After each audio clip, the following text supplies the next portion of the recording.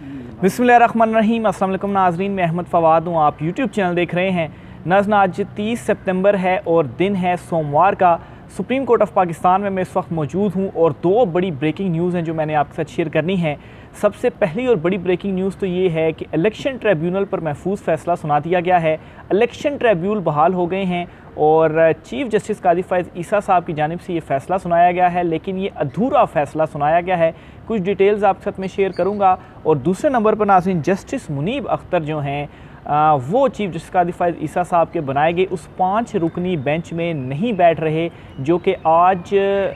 समाअत करने जा रहा है 63A से मुतल्लिक जो नज़रसानी थी उस पर। और यूं जो बेंच है वो टूट गया है। इस पर भी कुछ एक्सक्लूसिव डिटेल्स हैं, वो भी आज के व्लॉग में आपके साथ में शेयर करूंगा। सबसे पहले तो नाज़रीन, सुप्रीम कोर्ट से जो बड़ी ब्रेकिंग न्यूज़ है कि इलेक्शन ट्रिब्यूनल का फ़ैसला सुना दिया गया है और चीफ़ जस्टिस कादी फ़ैज़ ईसा की सरबराही में ये 5 रुकनी बेंच था जिसने केस की समाअत की और फ़ैसला महफूज किया और उसके बाद आज ये महफूज फ़ैसला सुनाया गया। ओपन कोर्ट में ये चीफ़ जस्टिस कादी फ़ैज़ ईसा की जानिब से फ़ैसला पढ़कर सुनाया गया और इस फ़ैसले में लाहौर हाई कोर्ट का जो हुक्म था उसे कलअदम करार दे दिया गया है। और लास्ट व्लॉग में भी आपको याद होगा, मैंने आपको बताया था कि 4 ट्रिब्यूनल्स जो कि चीफ़ जस्टिस आलिया नीलम साहिबा हैं उनकी मर्ज़ी से जो जजेस हैं वो तैनात हुए और 4 जो जजेस हैं वो इलेक्शन कमीशन नाम देगा और उनकी मर्ज़ी से वो 4 रिटायर्ड जजेस होंगे जो कि ट्रिब्यूनल में तैनात होंगे। तो आज का जो फ़ैसला आया है इसमें चूँकि लाहौर हाई कोर्ट का जो फ़ैसला था इसे कलअदम करार दे दिया गया है, तो इसीलिए अब जो लाहौर हाई कोर्ट के 8 ट्रिब्यूनल्स हैं वो 4-4 कर के, यानी कि 4 जजेस वही होंगे जो ऑलरेडी मौजूद हैं और 4 जजेस को कम करके इलेक्शन कमीशन की मर्ज़ी से 4 जो जजेस होंगे रिटायर्ड वो तैनात किए जाएंगे इलेक्शन ट्रिब्यूनल में। पहले तो लाहौर हाई कोर्ट ने फ़ैसला क्या दिया था, इसका बैकग्राउंड क्या है वो भी मैं आपको समझाता चलूँ ताकि एक क्लियर पिक्चर आपके सामने आ सके और आपको समझ आ सके कि ट्रिब्यूनल्स कैसे बहाल हुए हैं और चीफ़ जस्टिस ने कादी फ़ैज़ ईसा साहब ने क्या फ़ैसला सुनाया और लाहौर हाई कोर्ट का क्या मामला था। तो इसमें हुआ यूँ था जी कि सबसे पहले लाहौर हाई कोर्ट में जो चीफ़ जस्टिस अमीर भट्टी साहब थे उन्होंने 2 ट्रिब्यूनल्स बनाए थे और वो 2 ट्रिब्यूनल्स काम करते रहे, लेकिन जब वो तब्दील हुए, रिटायर हुए और जस्टिस शहजाद मलिक जो थे वो चीफ़ जस्टिस बने तो उसके बाद मज़ीद 6 जजेस को तैनात किया गया इलेक्शन ट्रिब्यूनल में। लेकिन इलेक्शन कमीशन ऑफ पाकिस्तान ने उन 6 जजेस के नोटिफिकेशन जारी नहीं किए और क्यों जारी नहीं किए सबको मालूम है कि ये था जी कि जब आज़ाद जो जजेस हैं वो केसेस की समाअत करेंगे, केसेस को सुनेंगे, 45 फॉर्म 45 का जो मामला है वो खुल जाएगा, तो फिर उसके बाद जो मौजूदा चुनतखीब हुकूमत है ये तो वैसे ही फॉर्म 47 की पैदावार है तो इनकी सीटें कम हो जाएंगी। तो ये बज़ाहिर रीज़न थी जी कि election commission of Pakistan notification जारी नहीं कर रहा था। इसे चैलेंज किया गया लाहौर हाई कोर्ट में ही और लाहौर हाई कोर्ट ने ये हुक्म सुनाया था कि इलेक्शन कमीशन ऑफ पाकिस्तान ये जो 6 जजेस हैं इलेक्शन ट्रिब्यूनल के इनके नोटिफिकेशन करे जो कि नाम दिए चीफ़ जस्टिस शहजाद मलिक साहब ने। और इस दौरान ये भी हुआ था कि चीफ़ जस्टिस कादी फ़ैज़ ईसा साहब ने चीफ़ जस्टिस शहजाद मलिक को जो है वो लाहौर हाई कोर्ट से वो सुप्रीम कोर्ट ऑफ पाकिस्तान में तैनात कर दिया गया था। और इसकी भी ज़ाहिर रीज़न यही थी कि चूँकि चीफ़ जस्टिस शहजाद मलिक जो हैं वो खड़े हो गए हैं, वो ट्रिब्यूनल्स को चेंज नहीं कर रहे, दीगर मामलात भी कर रहे हैं, तो उन्हें सुप्रीम कोर्ट ले आएँ और वहाँ पर किसी और को चीफ़ जस्टिस तैनात कर दिया जाए। और यूँ फिर तीसरे नंबर की जो जज साहिबा थी जस्टिस आलिया नीलम साहिबा, उन्हें chief justice Lahore high court तैनात किया गया। और फिर उसके बाद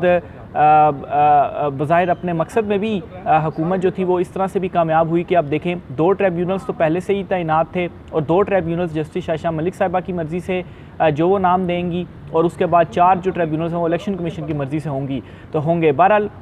इस पर जी लाहौर हाई कोर्ट ने उस वक्त ये फ़ैसला दिया था जब इलेक्शन कमीशन नोटिफिकेशन जारी नहीं कर रहा था, तो लाहौर हाई कोर्ट ने ये हुक्म दिया था जी कि 7 दिन के अंदर इलेक्शन कमीशन ऑफ पाकिस्तान जो है वो नोटिफिकेशन जारी कर दे इन 6 जजेस के ट्रिब्यूनल्स के। और अगर election commission of Pakistan notification नहीं जारी करता तो फिर उसके बाद लाहौर हाई कोर्ट ख़ुद जो नोटिफिकेशन है इनके वो जारी कर देगी और ये ट्रिब्यूनल्स केसेस की जो समाअत हैं वो करेंगे। तो ये लाहौर हाई कोर्ट की जानिब से फ़ैसला आया था। इस पर इलेक्शन कमीशन ऑफ पाकिस्तान ने सुप्रीम कोर्ट ऑफ पाकिस्तान से रुजू किया था और ये मौक़िफ़ अपनाया था जी कि लाहौर हाई कोर्ट का ये इख्तियार नहीं है कि वो नोटिफिकेशन जारी करे।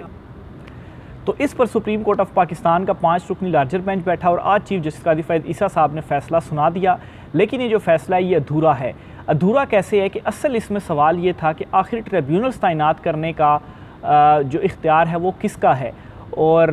जिस तरीके से इलेक्शन कमीशन जो है वो अपने नाम दे रहा है, यहाँ पर चीफ़ जस्टिस ने भी लाहौर हाई कोर्ट के अपने नाम दिए और नोटिफिकेशन भी कर रहा है और इलेक्शन कमीशन कहता है नोटिफिकेशन का इख्तियार हमारा है। तो इस पर जो फ़ैसला, जो अभी मुख्तसर फ़ैसला सुनाया गया उसमें इसकी कोई जो है वो डिटेल नहीं बताई गई कि असल जो इख्तियार है वो नोटिफिकेशन करने का किसका है और जजिस के नाम देने का जो इख्तियार है वो किसका है। तो इस वजह से मैं इस फैसले को अधूरा करार दे रहा हूँ और सिर्फ ये फ़ैसला सुनाया गया जी कि जो लाहौर हाई कोर्ट का फ़ैसला उसे हम कलअदम करार देते हैं और साथ ही साथ ये कहा गया जी कि लाहौर हाई कोर्ट का जो फ़ैसला है इसे बतौर अदालती नज़ीर पेश नहीं किया जा सकता। और इसमें जी जस्टिस जमाल खान मंदोखेल और जस्टिस अकील अब्बासी ने इत्तफ़ाक़ किया फ़ैसले से, लेकिन साथ ही इजाफ़ी नोट लिखा और 5-0 से ये जो फ़ैसला है वो आया। फ़ैसले में मज़ीद ये भी लिखा गया जी कि हाई कोर्ट के जज ने चीफ़ इलेक्शन कमिश्नर और चीफ़ जस्टिस की मुलाकात जो थी ना होने को उन्होंने मद्देनज़र नहीं रखा था। अगर मुलाकात ना होना मद्देनज़र रखते तो ऐसा फ़ैसला ना किया जाता। तनाज़ा जब आइनी इदारे से मुतल्लिक़ हो तो मोहतात रवैया अपनाना चाहिए। यानी कि इसको मैं ये समझता हूँ कि बज़ाहिर लाहौर हाई कोर्ट ने जो फ़ैसला दिया उसके ऊपर काजी साहब ने जो है वो उन्हीं को क्रिटिसाइज़ कर दिया जी कि यह आपने क्या फ़ैसला दे दिया, आपने ये चीज़ को मद्देनज़र नहीं रखा कि चीफ़ जस्टिस और इलेक्शन कमिश्नर की मुलाकात हो और उस मुलाकात में वो मामले को तय करेंगे। आइनी इदारों का मामला, आपको मोहतात रहना चाहिए था। लेकिन असल जो मुद्दा था इख्तियार वाला, चलिए अगर इलेक्शन कमीशन ये कहता है कि नोटिफिकेशन जारी करने का इख्तियार हमारा है, चलें इस चीज़ को मान भी लिया जाता है, तो जजिस तैनात करना तो फिर आपका इख्तियार नहीं था, वो तो लाहौर हाई कोर्ट नाम देती है और उन नामों के आप नोटिफिकेशन जारी करते हैं।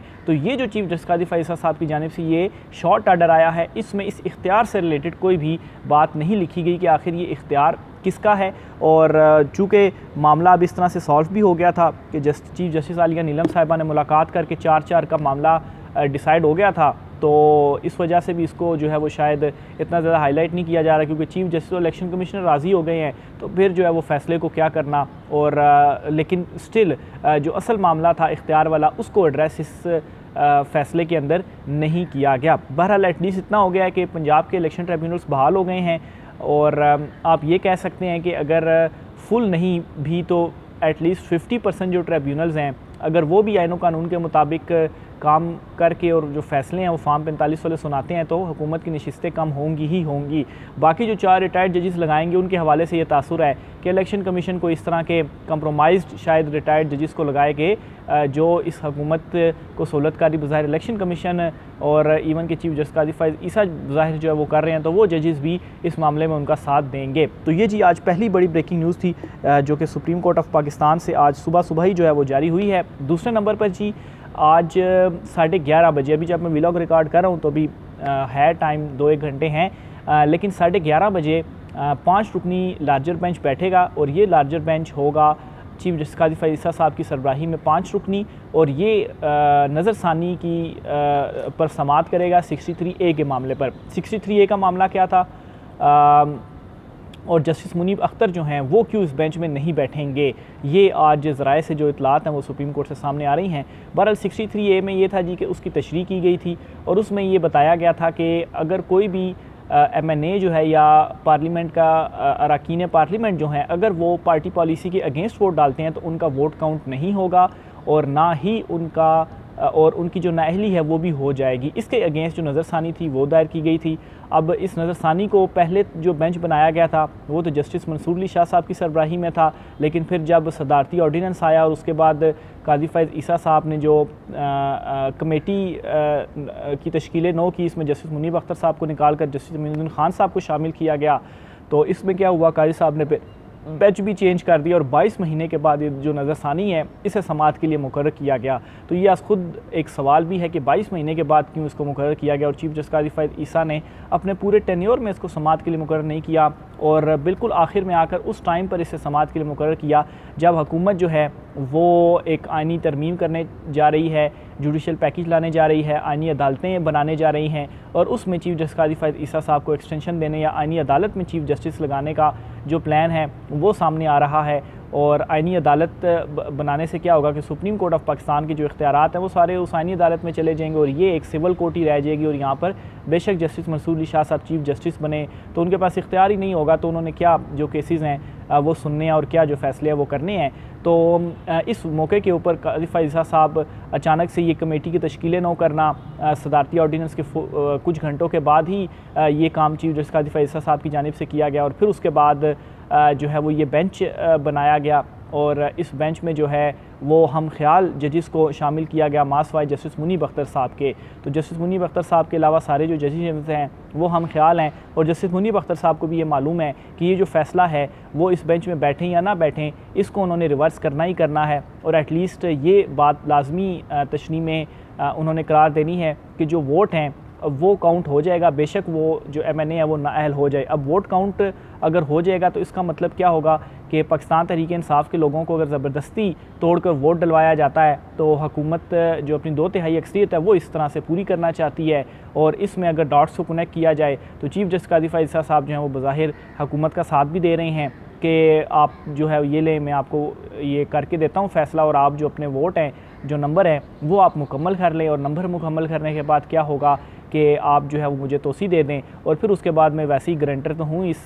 निज़ाम का जो कि उनके हवाले से कहा भी जाता है। तो बहरहाल जी यूँ ये एक मिली भगत से जो चीज़ें हैं बज़ाहिर वो हो रही हैं, लेकिन ये इतना आसान नहीं है तमाम तर मामलात। एक तो जस्टिस मंसूर अली शाह साहब ने जो कमेटी थी इसको ही मुस्तरद कर दिया, फिर इसके अलावा जस्टिस मुनीब अख्तर साहब के हवाले से ये इतलात सामने आ रही हैं कि इस बात का इम्कान है कि वो आज बाइकआउट कर दें और इस बेंच में वो ना बैठें या वो कमरा अदालत में आएँ और आते साथ ही वो इस बेंच का बाइकआउट करें और कहें जी कि ये जो बेंच बनाया गया है, जो प्रैक्टिस एंड प्रोसीजर कमेटी है, जो सदारती ऑर्डीनेंस आया है वो पहले तो जो प्रोसीजर